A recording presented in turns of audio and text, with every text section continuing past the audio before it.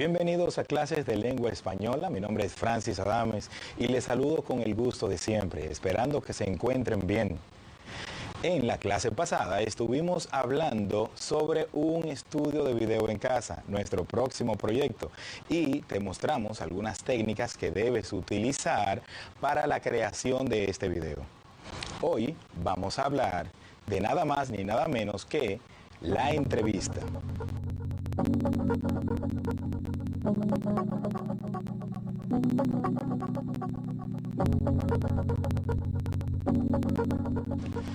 Mediante este tema vas a conocer qué es la entrevista, vas a saber cómo hacer preguntas. ¿Por qué? Porque en el estudio de video en casa puedes entrevistar a un amigo, a un familiar o a tus padres para que ellos puedan arrojar luz a cómo se sienten con esto de la pandemia y puedan también dar información relevante para esa persona que has elegido para el video.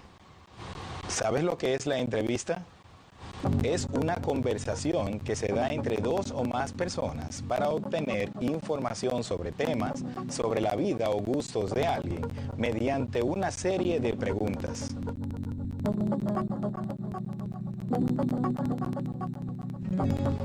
¿Sabes cómo se llama el que hace las preguntas en una entrevista? Entrevistador. ¿Y el que responde las preguntas, cómo se llama? Entrevistado. Hay que tener esto bien pendiente para que sepas tu rol en la creación del video.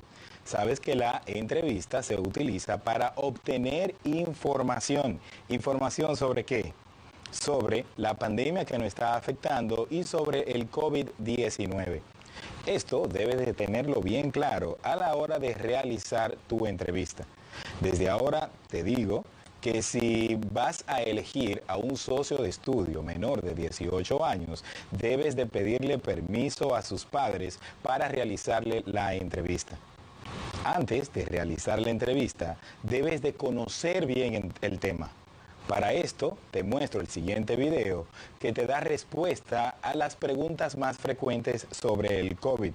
Me imagino que ya en los medios de comunicación, tus padres, familiares y amigos te mantienen informado de todo lo que está pasando en esta pandemia. Solo queremos arrojarte luz para que tu video sea excelente. En este vídeo de Darwin Te Necesito vamos a repasar las claves del nuevo coronavirus y de la enfermedad respiratoria que produce, llamada COVID-19. El vídeo tiene tres partes. En la primera parte vamos a poner la lupa en la estructura del virus, para entender su biología, cómo se reproduce y por qué nos hace enfermar. En la segunda parte veremos cómo se propaga el virus entre la población. Todo esto nos va a ayudar a entender mejor la parte más importante del vídeo, la tercera, donde explicaré las medidas para evitar el contagio. Ya os adelanto que estas medidas se resumen en dos: quedarse en casa y lavarse mucho las manos con agua y jabón. Por el camino voy a ir desmintiendo algunos bulos que circulan sobre el virus y responderé a las preguntas más frecuentes. Vamos a ello. El coronavirus es un parásito obligado. Esto significa que solo puede reproducirse dentro de otro organismo, en este caso de los humanos. Esta es la estructura de un virus. Tiene tres componentes principales. Primero, su material genético, una molécula de ARN, que es como su manual de instrucciones. Está rodeado por una envoltura que lo protege, hecha de lípidos, que son moléculas parecidas a la grasa o el aceite. Un dato importante es que esta envoltura se disuelve al entrar en contacto con el jabón de toda la vida. Y por último, el virus tiene unas proteínas superficiales que salen de la envoltura como pequeños pinchos. Estas proteínas permiten al virus reconocer las células que puede atacar. Son como la llave a una cerradura. El virus es diminuto, mucho más pequeño que una célula humana. Cuando entra en nuestro organismo, utiliza las proteínas superficiales para detectar y engancharse a una de nuestras células. Entonces, su membrana se fusiona con la membrana de nuestra célula y el virus vierte su contenido genético, su ARN, al interior. Desde ese momento ya estás infectado. Una vez dentro de la célula, el material genético del virus actúa como un código informático malicioso que engaña a nuestro cuerpo para fabricar nuevos virus. Se aprovecha de nuestra propia maquinaria celular para multiplicarse. Cuando la célula está llena de miles de virus, revienta y los libera, para que infecten otras células del cuerpo o para que salgan al exterior por la vía respiratoria. El virus tiene un periodo de incubación de entre 1 y 14 días. Lo habitual es en torno a 5 días. Esto significa que pueden pasar unos 5 días desde que una persona se contagia hasta que empieza a mostrar síntomas, que suelen ser fiebre, cansancio y tos seca. La fiebre es una reacción del sistema inmune a la infección. Significa que tus defensas se han puesto a trabajar para expulsar el parásito. En casos serios, el sistema inmune puede reaccionar bruscamente y atacar las células del pulmón. Si los pulmones se llenan de líquido o de restos de células muertas, entonces es cuando se pueden dar complicaciones respiratorias. No hay cura para la COVID-19. Solo se pueden tratar los síntomas hasta que se pase. Recuerda que los antibióticos solo sirven para tratar infecciones bacterianas y esto es un virus, así que nada de antibióticos. Si tienes síntomas, comprueba el protocolo de actuación en tu país. En España debes quedarte en casa y llamar al teléfono de atención sanitaria. Ve al hospital si estás grave. Cuando alguien infectado por el coronavirus estornuda, tose o exhala, los virus salen en gotitas diminutas y se quedan en las superficies. En la barra del autobús, en una mesa, en el botón del ascensor, en el pomo de una puerta, objetos que tocamos todos los días. Aunque el virus solo puede reproducirse dentro del cuerpo humano, sí que sobrevive en el exterior durante varias horas, mientras espera a infectar a otra persona. Cuando nos llevamos las manos a la cara, el virus entra en el cuerpo, por la nariz, los ojos y la boca. Aunque no nos damos cuenta, nos tocamos muchísimo la cara y hay que intentar evitarlo. También puedes pillar el virus si respiras alguna de estas gotitas directamente cuando alguien tose o exhala cerca de ti.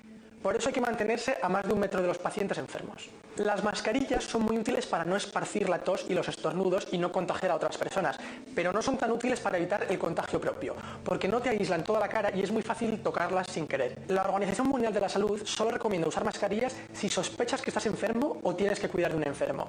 Si no, déjalas para quienes realmente las necesitan, el personal sanitario y quienes tienen enfermedades respiratorias o sistemas inmunes comprometidos. Otro apunte sobre el contagio. Los niños sí pueden adquirir y contagiar el coronavirus. Al principio de la epidemia parecía que no, porque muchos menores desarrollan síntomas muy leves que pasan desapercibidos. Pero aunque alguien tenga síntomas muy leves, por ejemplo, si solo tiene una tos suave y no se encuentra mal, puede seguir siendo una fuente importante de contagio. El coronavirus se ha propagado rapidísimo por el mundo porque no es muy letal. Consigue que cada persona enferma pase el virus a varias otras personas antes de curarse. Los científicos miden la capacidad de infección de un virus con algo llamado el número básico de reproducción, o R0. Nosotros podemos llamarlo la tasa de contagio.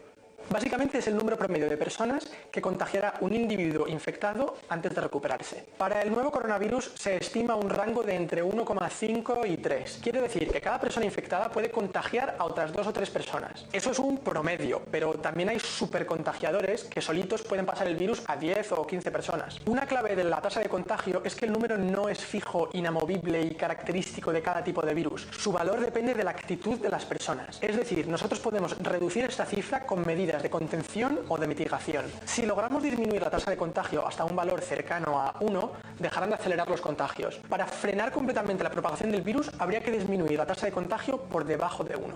Hay que prestar atención a todas las recomendaciones y normas de las autoridades sanitarias. Y además hay que tener un poco de responsabilidad y de sentido cívico. Es verdad que las autoridades por un lado nos dicen que no cunde el pánico y por otro están tomando medidas muy drásticas de contención y de mitigación. ¿Se están contradiciendo? Pues no, en realidad es bastante razonable intentar frenar la expansión de una enfermedad tan contagiosa, aunque no sea muy letal. Primero hay que distinguir entre el riesgo individual y el riesgo colectivo.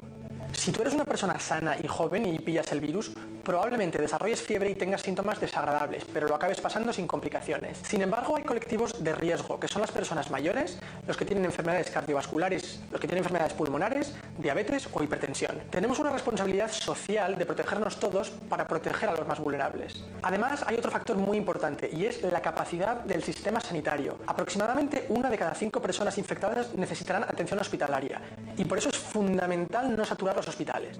Esto no es solo para no sobrecargar al personal sanitario, que ya sería motivo de peso, es porque van vidas en ello. Sabemos por la reacción de distintos países en los últimos meses que la mortalidad del nuevo coronavirus es mayor cuando los hospitales están saturados. Al dibujar en una gráfica el número hipotético de casos a lo largo del tiempo, se plantean 2 posibilidades. Si todos ignoramos las medidas de prevención, se darán muchos casos concentrados en muy poco tiempo. Si por el contrario somos responsables y atendemos a las recomendaciones, lograremos allanar esa curva, es decir, reducir la tasa de contagio y repartir los casos en el tiempo para no rebasar la capacidad del sistema sanitario. Un hospital se puede saturar con 100 pacientes de COVID-19 en un día, pero gestionará mejor los mismos 100 pacientes a lo largo de varias semanas. ¿Cuáles son las medidas recomendadas? Principalmente son dos: el distanciamiento social y lavarse las manos mucho con agua y jabón. El jabón es un compuesto químico aceitoso que disuelve la membrana del coronavirus y lo destruye. Si estás fuera de casa puedes usar gel desinfectante, pero el jabón de toda la vida mata el virus perfectamente. No te toques mucho la cara, evita dar la mano, dar besos o dar abrazos. Y si puedes trabajar desde casa, hazlo.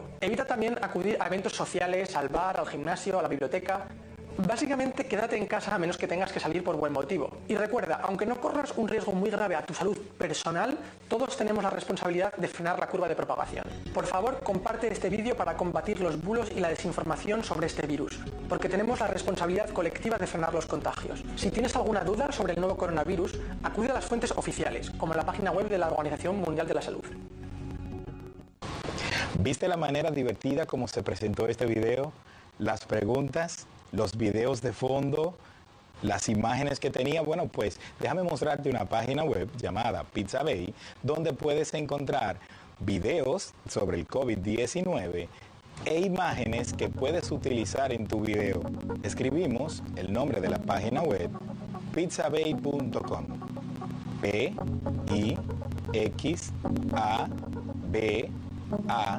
pixabay.com. En el buscador podemos elegir ya sea imágenes, videos, gráficos vectoriales y otros. En este caso, lo que queremos es videos e imágenes sobre el COVID-19. En el menú de búsqueda agregamos COVID-19. Todos estos videos que nos están mostrando están libres de autor. Puedes utilizarlo en todos los videos que quieras. ¿Cuál te gusta más? Ahora buscamos en imágenes. COVID-19. Puedes elegir y descargar la imagen que mejor se adapte a la presentación de tu video. Antes de realizar tu entrevista, debes de saber primero a quién vas a entrevistar y hacerle las preguntas correctas, avisarle con anterioridad para que esté disponible el día y la hora. También debes de escribir las preguntas que vas a hacer. Recuerda que las preguntas deben de tener signo de interrogación tanto al principio como al final. Sé que en muchas ocasiones escribiendo en las redes sociales ponemos el signo de interrogación solamente al final y esto no es debido. Pero desde ahora vamos a aprender a utilizar el signo de interrogación para hacer preguntas al principio como al final, recordando claro que el signo de interrogación al final solamente se utiliza para el idioma inglés. Escucha e identifica. ¿Cuál de esta es una oración interrogativa? Aprender es divertido. ¿Aprender es divertido?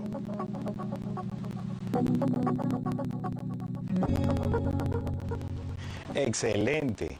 La que posee el signo de interrogación al principio y al final.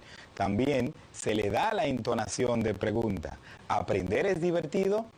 ¿Ves qué genial es utilizar el signo de interrogación para hacer preguntas? Ahora, cuando estés en tu entrevista puedes hacer preguntas abiertas y preguntas cerradas. Quiero mostrártelas para que en tu entrevista puedas diferenciarla y no dejar ese hueco o espacio esperando que el entrevistado continúe hablando. Las preguntas abiertas les permiten al entrevistado dar una respuesta amplia. Estas preguntas son ¿qué?, ¿cuál?, ¿cuáles?, ¿cómo?, ¿dónde?, ¿cuándo?, ¿por qué?, entre otras.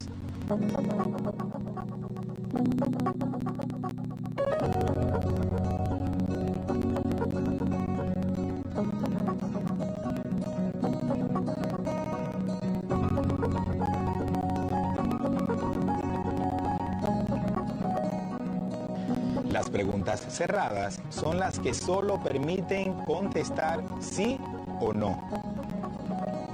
Una de estas preguntas sería, ¿te gustan las frutas? ¿Te gusta el recreo?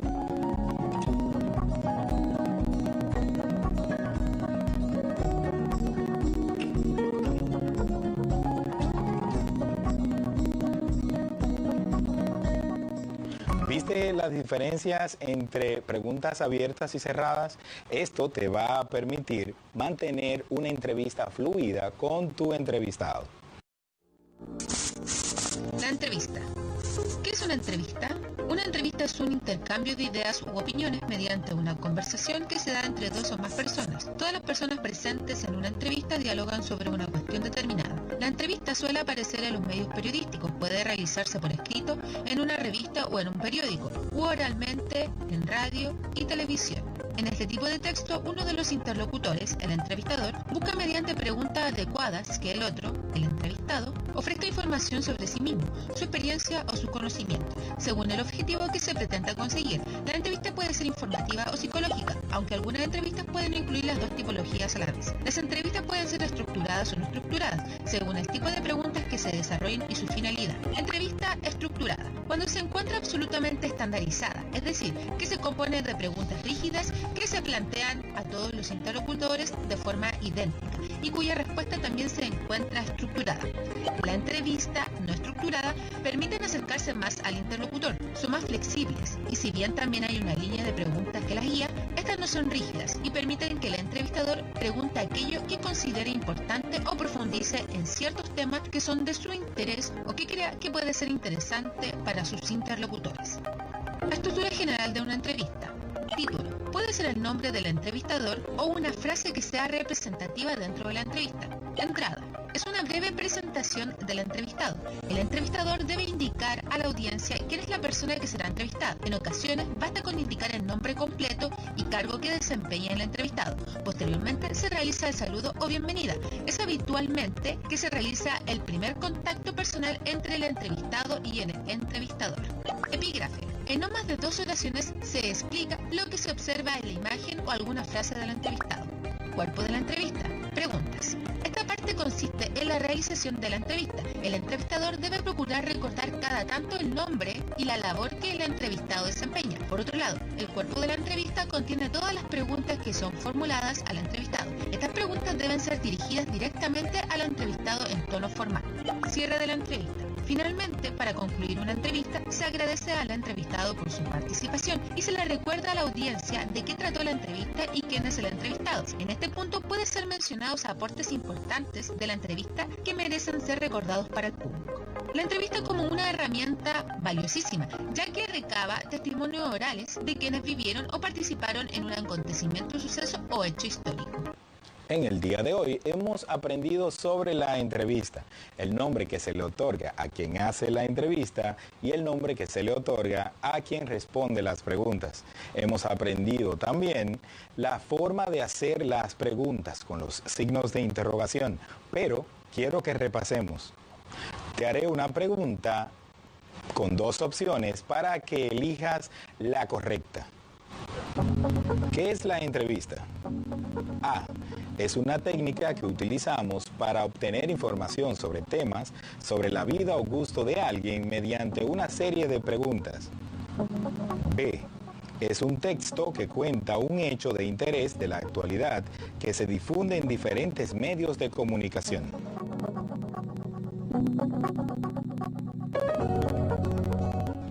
La respuesta correcta es la A.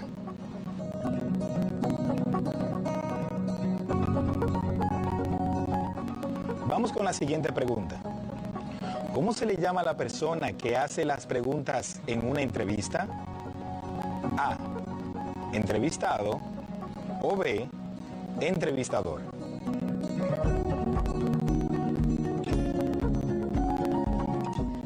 La respuesta correcta es la B.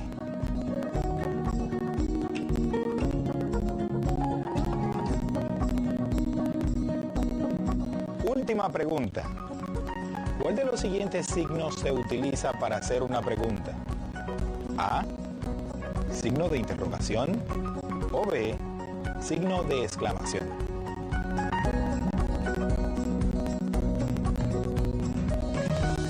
Excelente. La respuesta correcta es la A. signos de interrogación.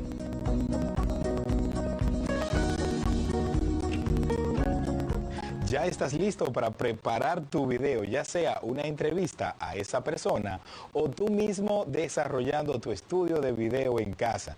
Espero ver tu video pronto en las redes sociales, así que compártelo con todos. Nos vemos en una próxima ocasión y recuerda mantener las medidas de salud frente al COVID-19. Bye bye.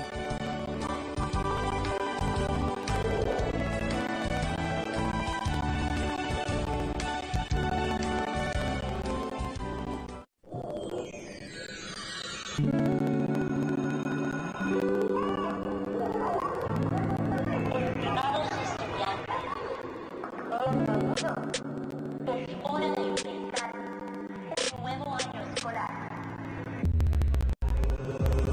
El uniforme que tú quieras, la escuela está en el patio, la sala, el cuarto, la escalera. Corre tu folleto, prende la televisión. Todo por la educación. Todos los muchachos de tu promoción ya prendieron la radio por la educación. Y tú cogiendo los bastones, antes de atrás vamos para la graduación.